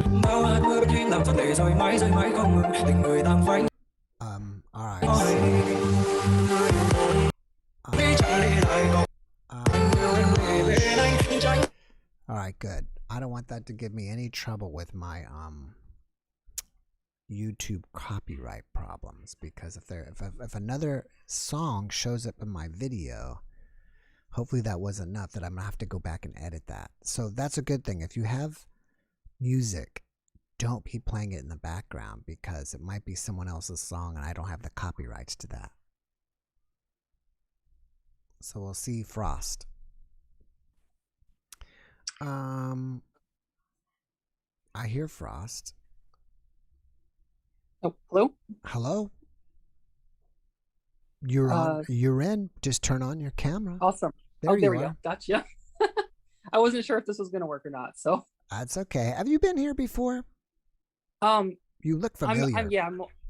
I'm in your chat and I'm on all your YouTube videos. No, I was wondering if you were actually here on the live before, because you look familiar. No, I haven't been. Okay, well, where are you zooming from? Upstate New York. Upstate New York. Is it cold up there? Did you get blasted with all that snow? Oh, it's coming. It's good. It's Sunday to Monday. We're supposed to get maybe 12 inches. Wow. What is the city you're in? Elmira. Elmira. That sounds Yep. familiar. I Mhm. think I wonder if I had a guest, Ray Fierstein. I don't know if you saw the one where he built a machine to talk to spirits on the other side.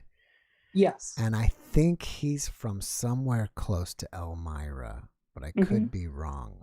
A lot of times when I chat, this is just Yeah. when I have a guest on before we actually start recording, we just chit chat a little bit, and I sometimes they'll tell me where I'm from, and I get curious, and I'll pull up my other computer and look at their town and say, oh, okay, because I like to know where people are from. So I that's gotcha. a long story short to where you're from. Anyways, Yep. what has been happening with you lately?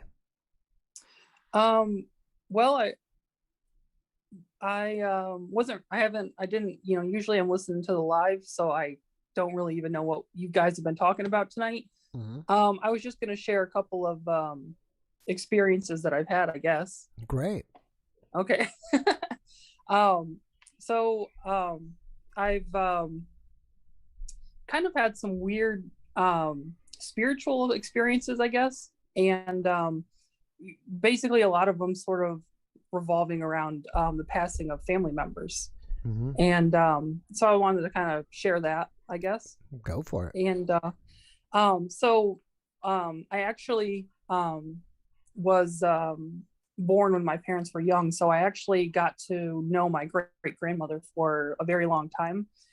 And the day she passed away, I have this very vivid memory with her where I asked her as a child about the saying "Red at night, sailor's delight," that sort of old sailor's wisdom or whatever. And I actually didn't know this until just recently, that it's actually that saying and that wisdom is actually recorded in the Bible.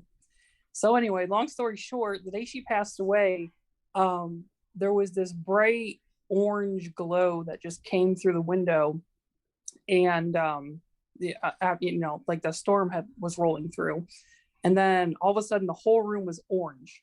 And so I got up, and I was like, maybe it's the sun setting, and so I went over to the window, and the whole sky was just glowing, the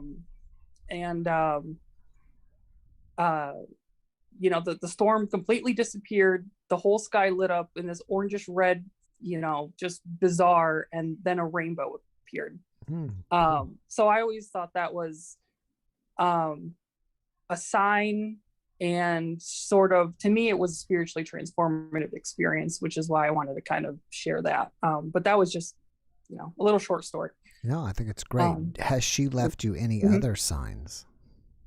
Ever since she passed, and I love that I can just express myself here, because a lot of times you feel crazy, but ever since she passed, I feel a presence that will actually come and like push down or like sit down next to me at times, on couches, on beds. And recently I actually felt, and I don't know if it's her, but I felt a spirit sit down on the bed, lift up my blanket, and like they were checking on me. So that's cool. I don't know if it's her, but yeah, it is pretty cool. Do you see her in dreams? Not my great grandmother, but I do see my grandmother, which was gonna be the other thing I was gonna talk about. So if you want to go into that, I don't know. Yeah, let's do it. So my grandmother makes me feel like this reality is, I say it's an oxymoron, but I say it's the realest, fakest place, if that makes sense. My grandmother, as she got older, she only passed at 83, and she was very lucid, but she would repeat a lot of her life stories to me. And I lived with her for 8 years. And there was this one story where she told me she lay down on the couch, and she felt like she went into a trance and passed out. And she told me that she swore until the day that she died that she had talked to God about something, but she never remembered what it was. And the reason I say this is I was born her first grandson, but she had other granddaughters and, you know, later grandsons. I was the one who ended up living with her, and I was the one who found her deceased. The night that she died, I came around into the living room and I saw a golden flash, like Star Trek, like beam me up, Scotty, behind the couch in the living room. Not even remembering the story that she had told me all these times. And I didn't know that she had passed away, and I didn't actually find her until the next morning. And which is hard and all that. But then the day that she had passed away was exactly the same day, 10 years later, that her last sibling had passed away. And she had worked in a glass factory for 43 years and retired as the first female boss there. And we found out later that the real life Rosie the Riveter, the We Can Do It poster girl of the war and all of that, the woman who actually they used her photo for that, I will call it art, had passed away the exact same day that she had. So it's just all these little synchronicities that sort of line up. It just kind of makes you feel like, I don't know, it makes you feel like this whole world is kind of just fake, but very real. I don't know. So. Yeah, I mean, I think that the NDE people will say that, you know, they first of all, a lot of them will say it's more real on the other side than it is here. Mm-hmm. And then that this is the dream. Yeah, and as well as, have you ever played around with the Oculus Rex, or, you know, any of those, when you put on the glasses that you're in, you know, you play games, VR. Yeah. That's the word I'm playing. Briefly, yes. If you play with them for a while, it's really amazing. The VRs, they're so incredible. But the strange thing is when you take them off and you're back in your house in this reality, I mean, it's like a dimensional shift that I could see how the NDE people, like right now we're in VR, and when they take off the glasses, we're back there. So it's pretty amazing. I got you. Yeah. No, that's what I feel like. I feel like some people call it a simulation, or but I like the VR analogy that we're in VR, but we don't understand it. Yeah, I mean, I think also a lot of the people will say that, you know, when the part of the game, part of the deal coming here is you have to forget being there. Otherwise you won't get the full experience. And what I would add to that, to tangentially go off, is I fully understand that now. Whether people believe me or not, I have dreams of, like, precognition dreams, I guess is what people call them now, but dreams of the future, and then they happen. Wow. And it really messes with you. Wow. like it's more than deja vu. It's like I've already experienced this. It's sorry. That's okay. Go ahead. Oh, and I was going to say, and that to me, that's, if you were born into this world either knowing your life or knowing, I guess, the nature of existence of the other side and this side, it would really make you feel like I feel a lot of times. It just messes with you. So yeah. But anyway, have you seen in your dreams, do you have any, let me say from your dreams, do you have any predictions for 2022? I'm gonna say unfortunately no, at least not yet. And I don't know if I can control my dreams or ask for that information. Like, for instance, 10 years before, my parents actually live in south of Dallas, Texas. And I was there 2 years recently. Like Waxahachie? Yes, exactly. I'm moved in to- San Antonio, so that's why I know that Okay. area. Oh, okay, you know. So they moved to Midlothian, which is next door. But the reason they moved is because in 2015, their house was taken by a tornado, Wow. completely flattened. And for 10 years before that happened, I would have recurring nightmares of tornadoes coming to take the house. But at the end of the dream, we all always survived. Mm-hmm. And one day after Christmas in 2015, that actually happened. That's amazing. Where were they when the tornado hit? They were probably just in the living room and kitchen because it was Christmas. How did they get through it without getting injured? They just barely, I think they made it into the laundry room, Mm-hmm. like the whole extended family. And of course I wasn't there. But yeah, my step grandparents and all of them. And yeah, it was crazy. Wow, that's amazing. That's an amazing Mhm. story. Yeah. Yeah. So, I don't know. Just Mhm. south of Dallas, there's a place, I think it's Waxahachie where they're based out of, Yeah. but somewhere just south of Dallas, the guy invented the concrete dome house. I don't know if you've ever seen those, but those houses are amazing. My wife and I wanted to build one because you blow up a giant balloon of a concrete bubble, and then you line it with rebar, like what you put in steel, and then they use spray concrete, like what they do for a swimming pool, and you make this concrete shell.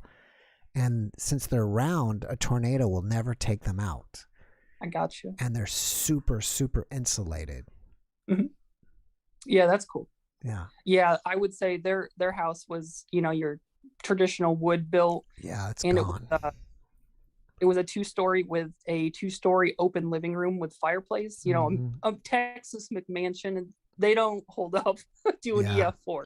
So, Right. Yeah. Right. But yeah. All right. Well, you got any other? Before you go, do you have any other paranormal things that have happened to you that you want to share? I do have one. It's really my only what I consider paranormal experience. Okay. The others I would talk about God or heaven or past loved ones. I actually went ghost hunting in Gettysburg, and we went to 2 different locations. The first location, nothing really paranormal happened, but I glanced up at one point in this, supposedly it was a Civil War field hospital for the Union soldiers, and no ghosts, no nothing, but I glanced up at the ceiling at the very end and I saw clear as day a golden orb. Wow. So that happened. That's cool. But I feel that wasn't necessarily tied to that location, because I also later ended up seeing the same golden orb in a very different reaction. Then there was one more experience where, and it gets a little dark, so I'll kind of edit it. But we went to another location where this woman, young woman in her 80s, was supposedly murdered in her home. And somehow her husband or boyfriend got away with it.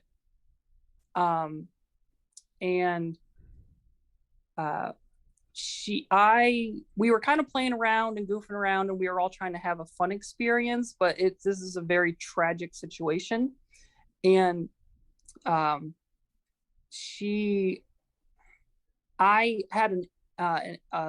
actually felt the way in which she was murdered.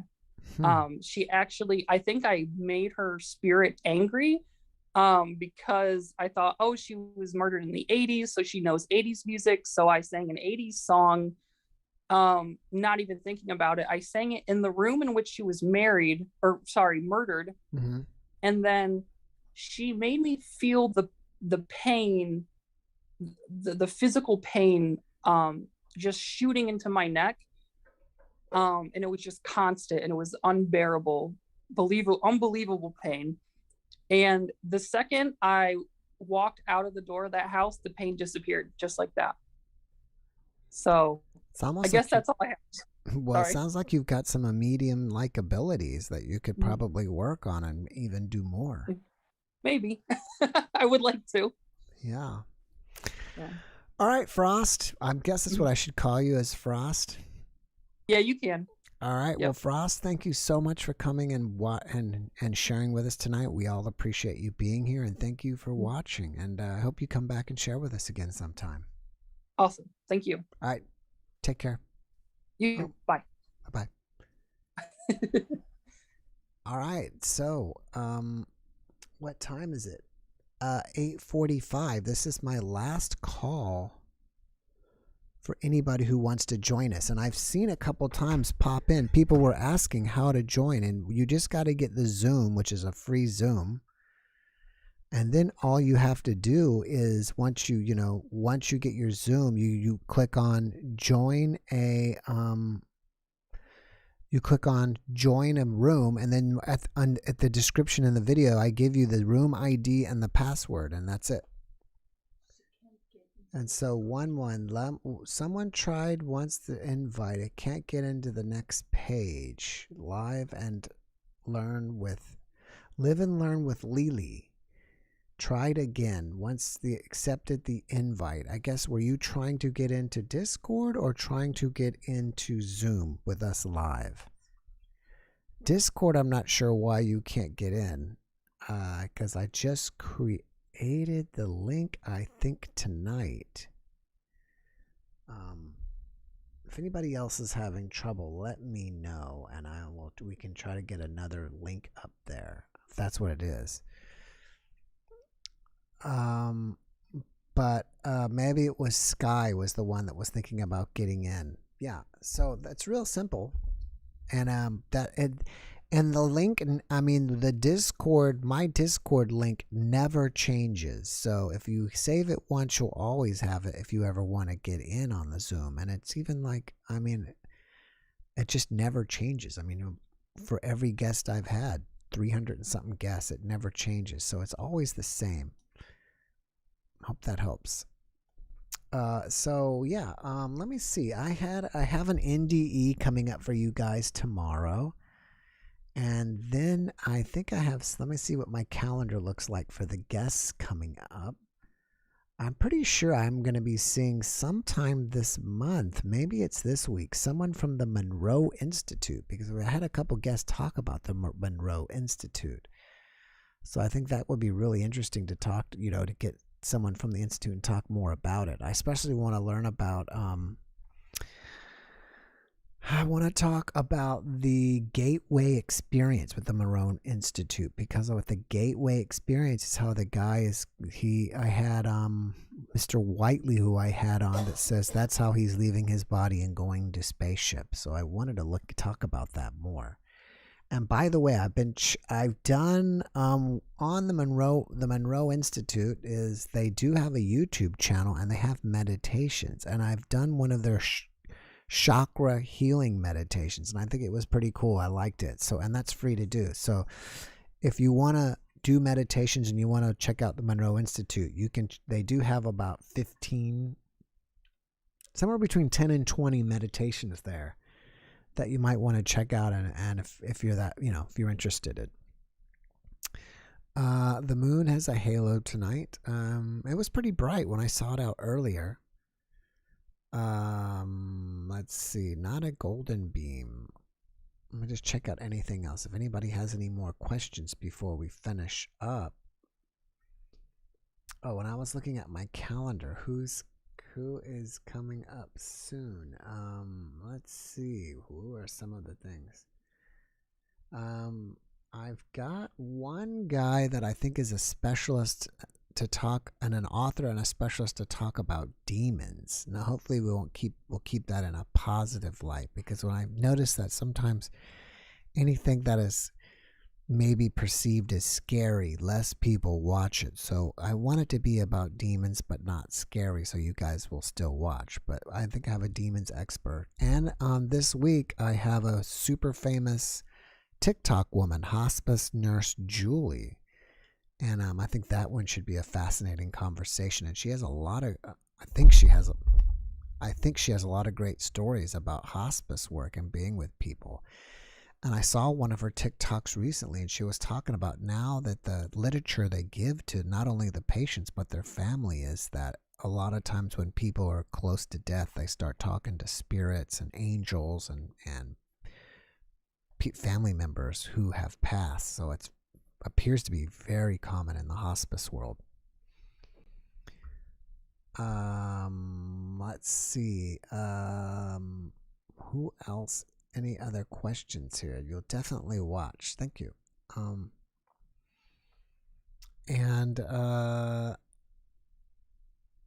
Let's see. Hospice nurse. Yes. Also sing Tina Turner's. All right. Well, I'm just kind of looking through the chat there. Let's see. Oh, and I think this is going to be different too.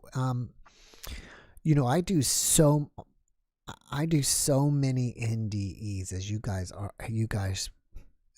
should already know that. It's obvious. I mean, because sometimes I do 4 or 5 in a week, and so it's not easy finding so many NDE people. I mean, I've talked to, there's a lot of people that just don't want to be on camera. Just probably, and you guys can, for all you guys that are watching that don't want to be on camera, you can kind of understand. So it's not easy not only to find NDEs, but ones that are willing to share. So I like to post every single day. So if I want to post every other day, it won't only be NDEs. Anyway, so I get other guests that I think will be very interesting and fascinating enough. Somebody asked me to get this guest, and now it's been made where I'm getting the guest, and it's a specialist on fairies. So I think that'll be a pretty cool one. And I think I'm supposed to have her in 2 weeks, but I think she's pretty well known within the fairy world. All right, let's see who Sam is. And her name is Morgan Daimler, I think. So if you know who Morgan Daimler is and you're into fairies, then you'll like it. And like I said, I get asked all the time. You can catch me on Facebook, on the JeffMara Facebook page. People send me all the time, please get such and such guests. So I get it all the time, and that was one of them. Someone said, please get someone on about fairies. And this is Sam. He looks like he's laying in bed with blue gloves on. Hey, Sam. How you doing? Great. Where are you? I was saying he looks like he's laying in bed with blue gloves on. Are you in a hospital room? No, I'm at home. I just I've used so much alcohol hand sanitizer that my hands are so dry. So I've now got to put Vaseline in my gloves and wear my gloves. Oh wow! Super super dry hands. But are you using a lot of moisturizer to kind of? Now I am. Now you are. Yeah. Because I know how that is. When I used to practice, I washed my hands quite a bit, and you get those cracks in your fingers, and it's so annoying. So you have to kind of always moisturize. That's what's happening. Yep. So exactly. Where are you zooming from? I'm from Toronto. Toronto. Wow. I just had some guests from Toronto. The psychic. What was his name? Robert Milne is from Toronto. Did you see that one? Did you see? No, I don't think I saw that one. No. It's about a week ago or so. I've had a handful of guests though. There's something going on in Toronto because I'm getting guests from there. Is there a big paranormal community up there? Okay, good. That I didn't know actually, but okay, that's good to know. Mm-hmm. So what's going on with you? You know what? I've been watching your podcast for a while. I love it. And I said to myself, one day I'm going to get the courage to actually call in. I've tried so many times, and I said to myself, I'm a little shy. I'm a bit of an introvert. So I said, one of these days I'm going to call in. So today I finally did. And let me stop you there. Is it as bad as you thought it would be? Nope. See? No, not at all. So everybody watching, see, it's not bad. It's pretty chilled out, right? Yeah, it is. Cool. I'm glad you called in. So have you had a pretty paranormal life or what? No, just 2 instances I would say are quite odd and paranormal, I would say, but no. And each of them lasted 15, 20 seconds. So I'll start off with an event that happened probably 15 years ago. And I was with a couple, and basically being a little younger, I'm almost 40 now, but I was probably in my mid 20s at the time. We got wind of an abandoned property. So really it was just a cool thing for us just to walk into the area and take a look at the house. The house had burned down apparently. So, I mean, it was sort of in a wooded area, maybe an hour, we'll say, outside of Toronto. Mm-hmm. So we get to the property, and one of my friends, so it's a friend of mine and his wife, he's got a torch, I guess, one of those wooden sticks that you fill up with citronella fluid. Right. So just to illuminate us as we're walking in, or illuminate the driveway, if you want to call it a driveway. It's got a lot of weeds in it at the time that we were walking in there. So we start walking in. He's got it lit up, and it's, I guess, sort of, showing the pathway for us. And we're walking in, and we get in maybe 15 feet. And it looked like there was a light ahead of us. And at first I didn't know what it was. I thought it was someone with a flashlight in the distance. And then very quickly, it basically sort of expanded. It blew up to the size of like a volleyball. And it was maybe 10 or 15 feet ahead of us at the time, and it was blue. And it was, the best way I can describe it, a blue ball of light. And it's basically now sort of just floating in midair, maybe I would say 8, 9 feet in the air, and probably 10 or 12 feet ahead of us. And we're just frozen. We're looking at each other, and we're thinking, oh my God, we're frozen, literally. And this thing starts basically moving around like this, like figure eights in front of us, just no real pattern, just odd movements, very slowly. And then it stops and it starts coming towards us. And wow. So my friend and his wife start running, and I'm sort of still looking at it, but I'm going backwards. And there was a log that had, I guess, maybe fallen over, and there was a rainstorm there a few days before. So there was a log in the sort of driveway, diagonally in the driveway. I trip over this thing. My shoe falls off my feet, and I drop my phone. We get back to the car, and then we're parked on the side of the road. They get in, and at this point, we just don't really know what to think. I throw his wife into the back seat because the way that he was parked, you could only get in from the two sides of the car there. We throw her in. He starts the truck. We take off. And I realized, I said, oh my God, my shoe. I got to go get my shoe and my phone. Let's go back. I was even hesitant to do that, but I convinced him to go back. We go back. There's nothing, nowhere. There, you don't see anything, any lights, anywhere. We talked about this for months. We're like, what did we see that day? And I didn't know anything about orbs of light or blue orb, and then we just started looking into it. The internet wasn't really that, like, you couldn't pick up your phone and look at the internet and search these things up. So I just did a bit of research of my own, and eventually I came across, orbs and different colored orbs, and I started really looking into that. But I mean, to us at the time, we didn't really know what the hell to think of it. So it was just something mind-blowing to me. And it's stuck with me ever since. And every time, I haven't seen this couple for a while, but every time we connect, we just laugh about it, and we'd say, what the hell did we see? So, I think about it all the time, even though it's about 15 years now. I think about it, and I've never experienced anything like that ever. Never seen anything like that ever again. Well, I totally understand why you reacted the way you did. I mean, who wouldn't, be afraid when you see that? I mean, that's could be, very scary. The interesting thing is, it could have been just trying to connect with you guys in a friendly way. Maybe, yeah. Maybe. No. The only other, I guess you could call it, supernatural event, if you will, is just in this bed that I'm sitting at right now. I had I had sleep paralysis one day. Yeah. One morning, I guess you could say, early in the morning.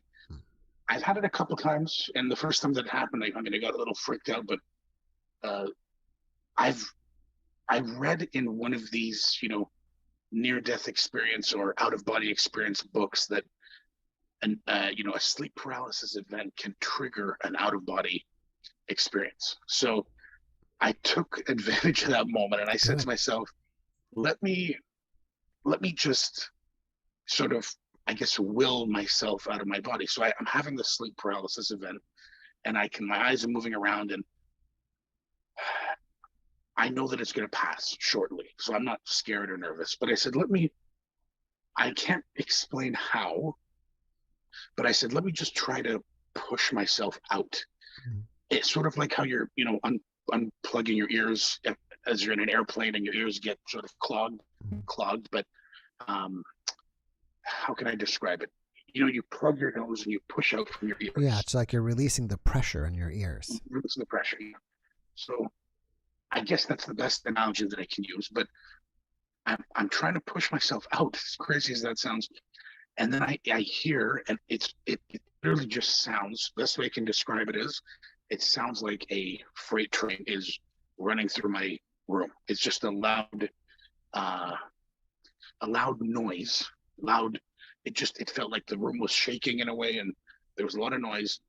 And little do I know, just in the bed that I'm sitting at right now, I sort of elevate, like my point of perception elevates. I'm sleeping on my side. Point of perception elevates by maybe 2 feet. And I realize at that point, I'm like, wow, I'm actually out of my body. And I'm sort of just looking around. I don't look down. It lasts for maybe 5, 6, 7 seconds. And as slowly as I'm sort of going up at this speed here, as slowly as I got out is as slowly as I sort of came back down. And then as soon as I did that, I was able to blink my eyes, sit up. And again, I'm thinking, like, what the hell did I just experience? It lasted just a handful of seconds. And what's a little odd is, in the moment as it was happening, it's almost like I could see in the room maybe shadows, if that makes any sense. And around the time that it happened, but I don't really know for sure if my eyes are just playing a trick on me at the time, but that was it. And in my whole 39 years on this earth, that's all I've ever experienced that I could say is crazy. And I'm reluctant to tell people that. I've told a couple of close friends, and they're like, okay, maybe you were dreaming, maybe you were sleeping, and what you guys saw, maybe it was, just, someone with those light bulbs on the construction guy with those sort of lights on the front of their helmet, their hard hats. So after I started hearing things like that, I just said, hell with it. I'm not going to speak about it anymore, because it's one of those things where you got to experience it to sort of maybe believe it. But now that I've been watching your podcast for a while, I'm like, you know what, this is maybe a good forum to maybe get it off my chest. And maybe if you've come across anyone who's experienced those balls of light, if you have any more insight into it, that would also be, pretty. But I guess one of the reasons is why I pulled up the courage to say, let me call in. But that's it. That's all I've got. Well, I appreciate you calling in. Did you see the video that I posted about 2 or 3 days ago with Dr. Michael Lennox? He's a dream expert, and we had a good conversation about sleep paralysis. Did you catch that one? I've watched most of your recent clips, and I'm not good with names. Off the top of my head, I don't know if I've seen that entire one. I will check that one out for sure. Yeah, we had a great conversation about that. That was about 3 or 4 days ago. And as you've experienced it, that, obviously when you go to sleep, everybody's brain paralyzes their body that way. Otherwise, we would be moving and running and doing all this stuff. Your brain has to paralyze your body, or you'd be moving around during your dreaming. But sometimes when people are about to wake up, they wake up, but then their body's still paralyzed. And Right. for a lot of people, it could be very traumatic and very frightening for them. But we are talking about that, from the non-scientific or esoteric or metaphysical world, you may, in that dreamlike state that you're kind of coming out of, you may still be you have access to a different dimension. And so some Right. people may be seeing energies and beings and all kinds of stuff around you, and they may not necessarily be evil or anything bad. You're just in another dimension. Right. And he I think was talking about he had a friend or somebody that could, move out of the body and move around through the dimensions. So it's amazing that you're able to do that. And if it was me, I don't want to tell you what to do, but if it was me, every time I would have that, I would probably try to. Now that you've done it, and it looks like that you don't have any fear. And if I didn't have any fear, then I would probably try to move, go check out the cosmoses and stuff, or move around, or Yeah. fly around my house or whatever. Right. Right. I mean, I only got literally 2 feet, if that, above my bed, and it's, you hear stories about people saying, "Hey, I got nervous and scared, and went back into my body." I didn't get scared or nervous. I was just sort of mesmerized by it, and then it just slowly came in, and it was no difference between. I literally just blinked my eyelids, and I was able to sit up, and it wasn't any. There was no cease of consciousness. It's not like I went to sleep and woke up after a few moments. It was just very, very, very seamless. So if I could have, flown around, I guess, if you will, I would have done it. It's almost like I didn't really totally have control of coming back into my body. I don't know. Maybe if it happens again, I don't know. Maybe have a better handle on it. But that was the first time it's ever happened, and I've only had sleep paralysis 3 times or so in my life, I would say. The other 2 times, you weren't afraid when it happened? Oddly enough, I wasn't afraid. I sort of almost, inside, I knew that, okay, I must be half asleep. And this was the first time it happened. I hadn't read anything. I hadn't even known about it. So, but oddly enough, no, I wasn't scared. I just knew that I was partially asleep. And I knew that it would pass, or if I really tried hard enough, I would have been able to have moved. That was my idea. And then I think the first time that happened, I just went back to sleep and then woke back up and was able to move. Right. But I wouldn't have tried to come out on this last time if I hadn't read that was one of those instances which facilitates that out-of-body experience. So thank God I read that. There was I forgot the author's name, but it was a book, Demystifying Out-of-Body Experiences, or something along those lines. That was the book that I read this from, and I credit that for this event. But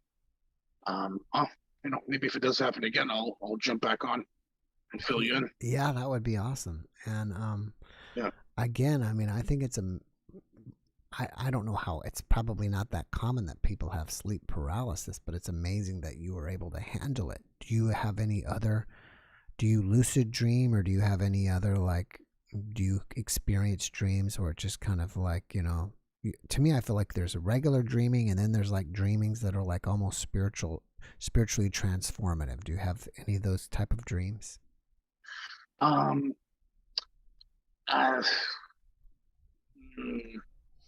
None that I can really remember now. I can't say. No. Off the top of my head, no, I can't really say that I have a pattern of that. I mean, the odd time I'll have a lucid dream, or a dream where I can really, control what's happening.